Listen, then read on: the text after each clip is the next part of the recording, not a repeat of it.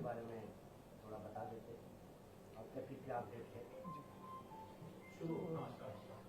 जैसा कि आप लोग जानते हैं कि ज़िले में जो है सेक्शन 144 लगा हुआ है, उसी के चलते हमने जो है लास्ट 2 डेज़ में कर्फ्यू भी लगाया था to improve the law and order situation.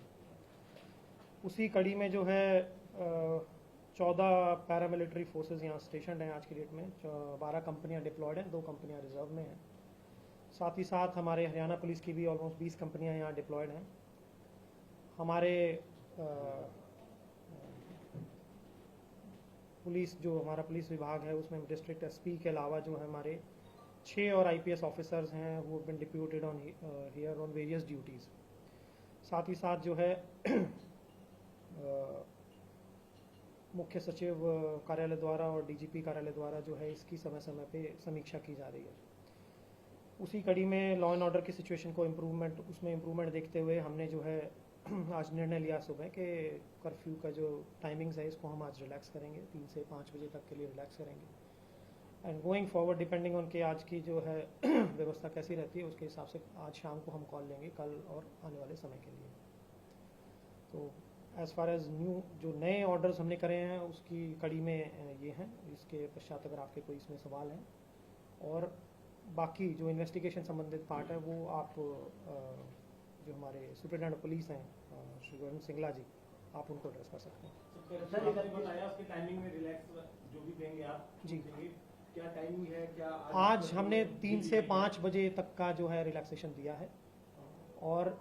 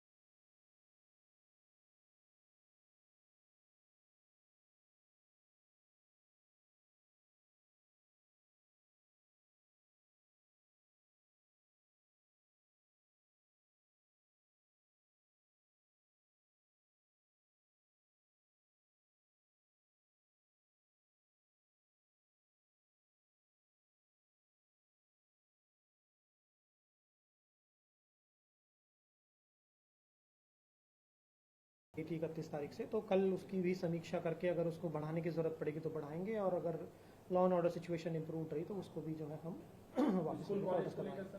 School college खुलने का भी समीक्षा जो है कल या परसों की जाएगी। इस हफ्ते तो बंद ही रहेंगे, प्रॉब्ली फ्राइडे को या सैटरडे को इस पर कॉल ली जाएगी ताकि अगले हफ्ते में इसको सुचारू रूप से खोल सके। सर कर्फ्यू में ढील का जो मुद्दा है, दुकानें खुलनी भी तो जरूरी है कि सामान लोग लेंगे कहाँ से जो आएंगे?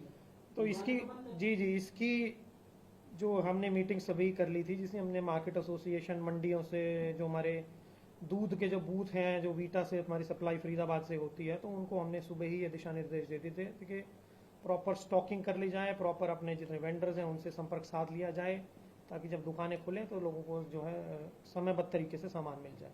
इसी कड़ी में जैसे जैसे आगे और डील मिलती रहेंगी तो सुचारू रूप से चीज़ें और अपनी दिशा पकड़ती रहेंगी। अब तक कितनी गिरफ्तारियां हुई हैं सर? कितनी एफआईआर दर्ज हुई हैं? कितनी टीमें लगी हुई हैं? देखिए अभी तक कुल 41 एफआईआर दर्ज की गई हैं विभिन्न मामलों में और मुख्यतः 4 थानों के अंदर ये एफआईआर दर्ज हुई हैं। एक एफआईआर हमारी सिटी तावड़ू और बिछोर में भी दर्ज हुई है और कुल अब तक 116 लोगों की प्रेमा विषय जो इन्वेस्टिगेशन हुई थी उसके ऊपर गिरफ्तारियाँ हुई हैं और आगे हम लगातार हमारी टीमें इसमें हमने गठित की हुई हैं। एसटीएफ भी हमारे साथ हैं, हमारे लोकल सीआईए पुलिस भी हैं और जो और आईपीएस ऑफिसर्स यहाँ डिप्लॉयड हैं to maintain law and order and for ensuring the apprehension of these criminals involved in these activities। तो उसके लिए लगातार हम प्रयासरत हैं। सभी सोशल मीडिया अकाउंट्स को और जो अभी तक की एप्रीहेंडेड लोग हैं उनकी इंटेरोगेशन डिटेल्ड में की जा रही है। सभी एक्यूज्ड के लिए आज हमने पुलिस रिमांड के लिए अप्लाई किया है। अभी ये प्रोसेस चल रही है। आज शाम तक हमें ये क्लियर हो पाएगा। मैक्सिमम एक्यूज्ड का हमने सभी का पुलिस रिमांड अप्लाई किया है ताकि हम प्रॉपर इन्वेस्टिगेशन कर सकें कि किस प्रकार से ये लोग संगठित हुए थे और किस प्रकार से ये अपराध कारित हुआ था। जो लोग पकड़े गए हैं सर, एफआईआर हुई भूमिका रही है है। सर, जितनी एफआईआर हुई है उन एफआईआर में ज्यादातर एक बात ये कॉमन है कि जो जिन पुलिस कर्मियों की ड्यूटी थी, जिन्होंने अपने बयान के आधार पर एफआईआर दर्ज कराई है कि एक ग्रुप आया, 600-700 लोगों का ग्रुप आया, उन्होंने एक तरीके के नारे लगाए। किस किस तरह के वेपन का इस्तेमाल किया गया सामने से? देखिए, अभी ये सब चीज़ें कहना मुश्किल इसलिए है क्योंकि इनकी हमने पहले धरपकड़ की है और रिमांड पीरियड आज हम रिमांड ले रहे हैं। रिमांड के बाद ही हमें पूरी बात क्लियर हो पाएगी जब हम मैक्सिमम एक्यूज्ड का इंटरोगेशन कर पाएंगे कि प्रॉपर क्लियर पिक्चर क्या है। तो अभी इसमें कमेंट करना अर्ली होगा। और वेपन्स जहाँ तक बात है, इसके अंदर इसकी विषय में भी जांच की जा रही है कि ये वेपन अवैध थे, वैध थे। जिस भी तरह के वेपन थे इनको रिकवर भी किया जाएगा। अगर वैध थे तो उनके लाइसेंस रद्द करने की प्रोसेस शुरू की। Do you have a number? How many were the licensed in the arsenals and weaponry? Do we have a number कि कितने थे legalized और कितने नहीं? नहीं, ये नंबर तो ये तो इन्वेस्टिगेशन के अंदर जो वेपन्स रिकवर होंगे वो वेपन्स के बारे में मैं कह रहा हूँ कि वो वेपन्स कितने हमारे लीगल, जो भी लीगल भी होंगे उनके लाइसेंस कैंसिल किए जाएंगे, जो इलीगल होंगे उनकी रिकवरी की जाएगी। सर, बड़ा सवाल है, हिंसा से पहले 30 तारीख को ही तमाम वीडियो वायरल हो रहे थे अलग अलग कि वहां पर पहुंचना है। क्या ये जानकारी पुलिस प्रशासन को नहीं थी? पुलिस प्रशासन कहाँ थी? फोर्सेस कहाँ पर थे?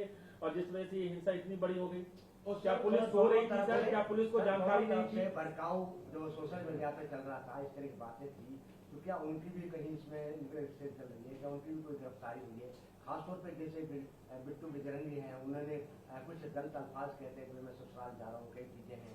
एक आपने क्या नाम है मोनो मानसर वाली बात थी, उसने कहा कि मैं वहाँ पहुँच रहा हूँ, तो वो नहीं पहुँचे वो अलग बात थी।